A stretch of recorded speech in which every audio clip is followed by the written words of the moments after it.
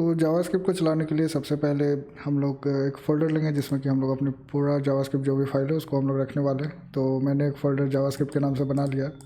आपका जो मैंने आप उसके नाम से बना सकते हैं और इस फ़ोल्डर को आपको किसी आईडी में ओपन करना होगा। मैं जो आईडी प्रीफर करता हूँ वो है VS कोड।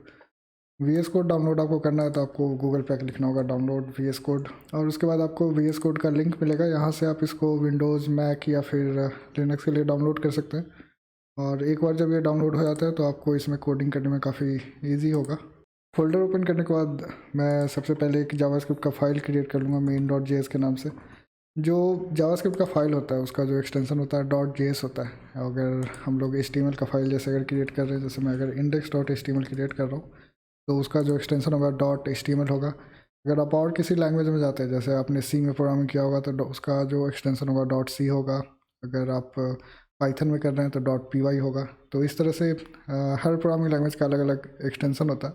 उसके बाद मैं क्या करता हूँ कि यहाँ पे मैं एक HTML का फ़ाइल क्रिएट कर लेता हूँ। आप कोई सा भी HTML का जो फाइल होता है उसको आप ले सकते हैं, जिसमें कि आपको एक HTML का डॉक टाइप होगा, HTML होगा, हेड होगा, बॉडी होगा और लास्ट में HTML क्लोज रहता है।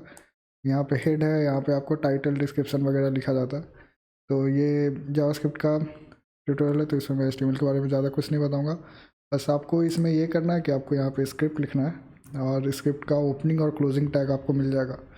उसके बाद इसमें आपको src लिखना है। src सोर्स का शॉर्ट फॉर्म होता है और उसमें जो आपका जावास्क्रिप्ट का फाइल का लिंक होगा वो आपको यहाँ पे देना है। जैसे main.js मैंने यहाँ पे दे दिया।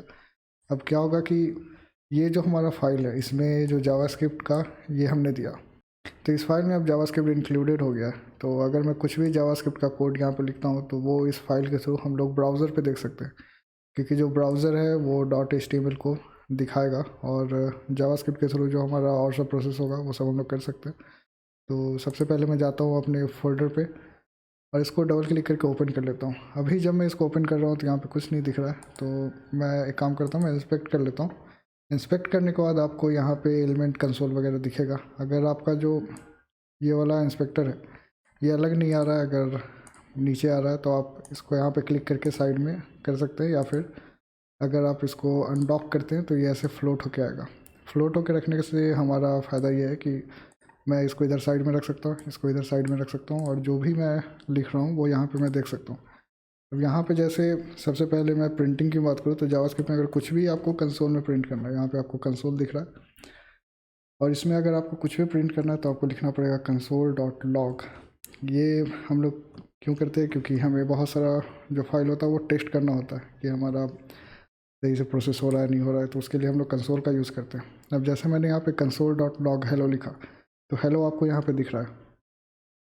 और मैं थोड़ा बहुत एलिमेंट के बारे में बता दूँ। एलिमेंट पे आपका जो ये वाला कोड है ये आपको एलिमेंट पे दिखता है। जैसे ये जो आ रहा है हेड आ रहा है, हेड के अंदर जो भी चीज़ आ रहा है डॉक्यूमेंट वगैरह ये एलिमेंट में दिखेगा और जावास्क्रिप्ट जो है वो आपको कंसोल में दिखेगा। तो हमारा यहाँ सिर्फ कंसोल से लेना देना होगा, हम लोग एलिमेंट को अभी कुछ नहीं करने वाले। और यहाँ पे एक और बात है कि अगर आप ये तो हमारा कंसोल में प्रिंट हो रहा है, लेकिन ये जो हमारा जो फाइल है यहाँ पे कुछ भी प्रिंट नहीं हो रहा है। तो अगर यहाँ पे मुझे प्रिंट करना है तो मुझे लिखना होगा document.write। और अब मैं अगर यहाँ पे आके इसको रिफ्रेश करता हूँ तो आप यहाँ पे हाई देख रहे हैं। और अगर मैं इसको साइड में कर दूँ और यहाँ पे मैं इसको कॉपी कर लेता हूँ और फिर से यहाँ पे रिफ्रेश करूँगा तो ये एक ही लाइन में आ रहा है। अगर आपको डिफरेंट लाइन में जाना है तब ये यहाँ पे आ रहा है। अगर मुझे यहाँ पे ब्रेक लगाना है तो मैं यहाँ पे जो HTML का टैग होता है BR उसको अगर लगाता हूँ और जो हाई है फिर से मैं प्रिंट करता हूँ तो ये दूसरे लाइन में आ रहा है। मतलब यहाँ जो document.write है उसके अंदर आप HTML का टैग वैग प्रिंट करके आप उसको भेज सकते हैं। तो ये टोटल प्रिंटिंग का हो गया।